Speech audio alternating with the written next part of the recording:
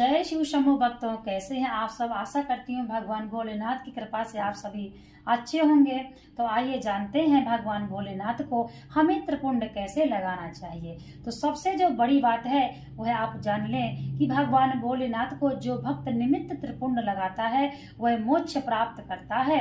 और भगवान भोलेनाथ को त्रिपुंड लगाने वाला व्यक्ति भगवान शिव के धाम को जाता है और वह तीनों लोकों का सुख भोगता है। तो भगवान का त्रिपुंड लगाने का नियम है वह किस प्रकार है और भगवान शिव को त्रिपुंड लगाने की जो महिमा है वह शिव पुराण में दी हुई है।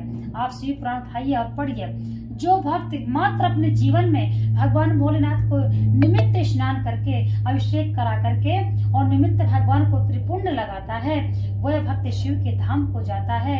वह भक्त तीनों लोकों का फल भोगता है और मोक्ष प्राप्त करता है। तो ये जानते हैं कि भगवान शिव को हमें त्रिपुंड कैसे लगाना चाहिए।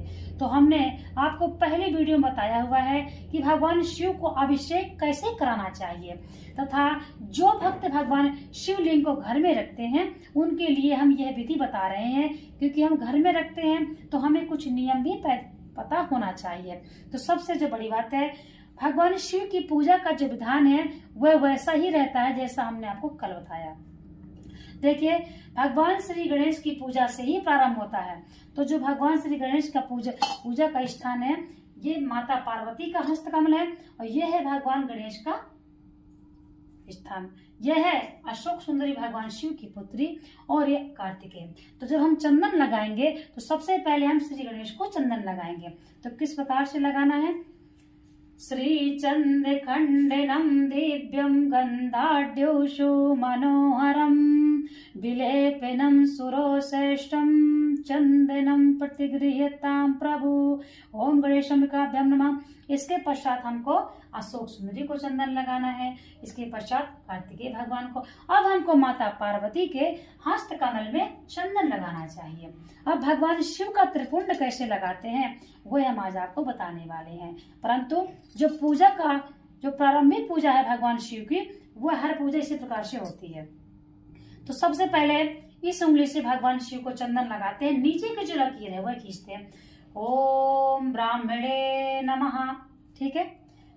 दूसरी बार बीच की उंगली से भगवान शिव को जो बीच की लाइन है त्रिपुंड की वह बनाते हैं, ओम विष्णवे नमः। और इसके पश्चात जो तीसरी लाइन है ऊपर की वह इस उंगली से, जिससे हमारे पितरों का कल्याण होता है। यदि हम भगवान शिव की निमित्त पूजा करते हैं तो हमारे पितरों को भी मोक्ष प्राप्त होता है। अब जो ऊपर की लकीर खींचते हैं त्रिपुंड की, ओम शंकराय नमः। इस प्रकार से हमको ऊपर की लाइन खींचना चाहिए। तो ये हो गया भगवान शिव के त्रिपुंड का नियम। अब आपने देखा होगा कि एक त्रिपुंड में बीच में लाइन खींची जाती है, आखिर उसका रहस्य क्या है, वह लाइन क्यों खींची जाती है? तो आइए जानिए। यह साक्षात शक्ति है, आदिशक्ति माता। देखिए, ओम शक्ते नमः। ठीक है। इसके बाद आप चाहे राम लिखें और चाहे आप ओम बनाएं, आपके ऊपर है। अब भगवान शिव को चंदन हम त्रिपुंड बना दिया। अब श्री चंद्र खंडनम दिव्यम गंधाढ्योषु मनोहरम विलेपनम सुरोश्रेष्ठम चंदनम प्रतिगृह्यताम प्रभु ओम शिव सपरिवाराय नमः। अब इसके पश्चात हमको नंदी के चंदन लगाना है।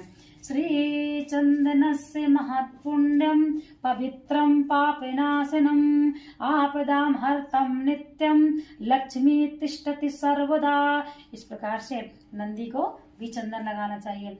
अब भगवान शिव के जो भी आप अपने मंदिर में रखते हैं, भगवान शिव के सभी, और वासुकी नाग को भी आपको साथ में पूजा करना चाहिए। हमारे लिए बताया गया है कि हम अकेले नागों की पूजा नहीं कर सकते हैं, परंतु जो भगवान शिव के गले में नाग है, वासुकी नाग, उसकी हम भगवान शिव के साथ पूजा अवश्य में करना चाहिए। तो इसलिए जो नाग भगवान शिव के गले में है उसकी पूजा आप करें। ठीक है। इसके पश्चात अब भगवान शिव की पूजा का जो नियम है वह आप जान लें कि भगवान शिव को अभिषेक भी, अब चंदन लगा दिया, अब हम क्षमा याचना करेंगे, पुष्पांजलि। ओम श्री शिवाय नमस्तुभ्यम इस प्रकार से भगवान शिव को हमने अभिषेक कराया, चंदन लगाया। अब भगवान शिव को चावल चढ़ाएं। अब चावल चढ़ाएं या भगवान शिव को चाहे चावल चढ़ाएं, चाहे भगवान शिव को काला तिल चढ़ाएं।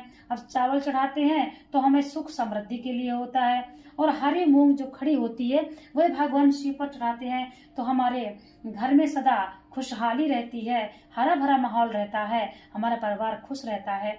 जो भी आप, यदि किसी का मंगल कमजोर है, किसी का मंगल कुंडली में कमजोर है, तो आप मंगलवार को या आप निमित्त भी कर सकते हैं। भगवान शिव को लाल मसूर की दाल जो होती है अखंड होनी चाहिए, टूटी हुई नहीं, अखंड जो दाल होती है मसूर की, वह लाल वाली दाल आप भगवान शिव को निमित्त अर्पित करें, आपका मंगल मजबूत हो जाएगा।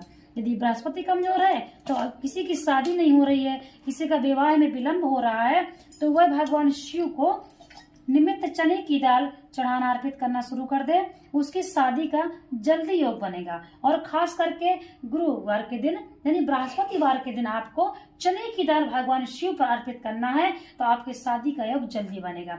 जिसकी भी शादी नहीं हो रही है वह इस बात को समझ ले, भगवान शिव को निमित्त चने की दाल अर्पित करें, और खासकर बृहस्पतिवार को तुलसी की पूजा करें, दूध चढ़ाएं तुलसी में। बृहस्पतिवार के दिन हल्दी में जल में हल्दी डाल करके माता तुलसी को अभिषेक कराएं, हल्दी अर्पित करिए माता तुलसी को, तो आपका जो विवाह का योग है वो बहुत जल्दी बन जाता है। तो अब हम भगवान शिव को जब चावल अर्पित करेंगे तो वही नियम रहेगा, पहले श्री गणेश को, फिर अशोक सुंदरी, फिर कार्तिकेय भगवान, इसके बाद माता पार्वती के हस्तकमल में, और इसके पश्चात हम भगवान शिव को भगवान भोलेनाथ के शिवलिंग पर चावल अर्पित करेंगे। ओम तेंदुलम समर्पयामि। इस प्रकार से भगवान शिव की पूजा का जो कुछ नियम है हम आपको बता रहे हैं। देखिए, भगवान की पूजा भगवान की कोई नहीं कर सकता है। अरे हमारी क्या, हम तो साधारण से मनुष्य हैं, हमारी क्या औकात है जो हम भगवान की पूजा कर लेंगे। परंतु जो कुछ हमें भगवान ने दिया है उसी में हम भगवान की पूजा करते हैं, और भगवान ने हमको जो कुछ भी दिया है वही सामग्री, जो तेरा तुझको अर्पण प्रभु क्या लागे मेरा, भगवान तुम्हारी ही दी हुई वस्तु मैं आपको ही समर्पित कर रहा हूँ प्रभु, इसे स्वीकार करें। इस प्रकार से हमारी भावना ली गई है, और भगवान बड़े बड़े चढ़ावे से प्रसन्न नहीं होते हैं, भगवान तो अपने भक्त का भाव देखते हैं। ऐसा श्रीमद् भागवत गीता में भगवान श्री कृष्ण अर्जुन से, मित्रों आज हमने आपको समझाया भगवान शिव को त्रिपुंड कैसे लगाना चाहिए, और भगवान शिव को किस प्रकार से हमको भगवान शिव की जो पूजा का नियम है वो हम थोड़ा थोड़ा करके एक एक वीडियो में जानकारी दे रहे हैं। तो यह है भगवान शिव के त्रिपुंड लगाने का नियम। तो आप सभी जान गए होंगे कि भगवान शिव के त्रिपुंड की क्या महिमा है। वह व्यक्ति तीनों लोकों का फल प्राप्त करता है जो भगवान शिव को निमित्त त्रिपुंड लगाता है। यदि किसी के पास ज्यादा समय नहीं है भगवान की पूजा करने के लिए, ज्यादा कोई बिजी है, तो यह आवश्यक नहीं है कि आप घंटे 2 घंटे भगवान की पूजा करें। आप भगवान भोलेनाथ को स्नान कराएं। भगवान शिव की पूजा बहुत ही सरल है, भगवान भोलेनाथ की पूजा बहुत ही सरल है। भगवान भोलेनाथ को आप स्नान कराएं और उनको त्रिपुंड लगा करके भगवान को भोग लगाएं, आरती वंदन करें। यह भगवान की आपकी निमित्त, आप एक निमित्त जो नियम है वह नियम बनाना चाहिए। रोज का एक नियम होना चाहिए, चाहे आपका 1 मिनट का नियम हो, चाहे आपका 2 मिनट का नियम हो, आपको बस केवल नियम बनाना है। तो इस प्रकार से जैसे हमने बताया वैसे ही आपको भगवान शिव को अभिषेक कराना है, और वैसे ही भगवान शिव को त्रिपुंड लगाना है। और जो हमने बताया कि भगवान शिवलिंग पे जब हम पूजा करते हैं तो हमारे सभी ग्रह शांत होते हैं। शिवलिंग पे सभी ग्रहों की शांति का उपाय है। यदि किसी का शनि भारी है, किसी का शनि चल रहा है, शनि की दशा चल रही है, तो आप शनिवार के दिन भगवान शिव को जल में काले तिल डाल करके भगवान भोलेनाथ को अभिषेक कराएं। यदि किसी का मंगल कमजोर है तो भगवान को मसूर की दाल, अखंड दाल चढ़ाना चाहिए।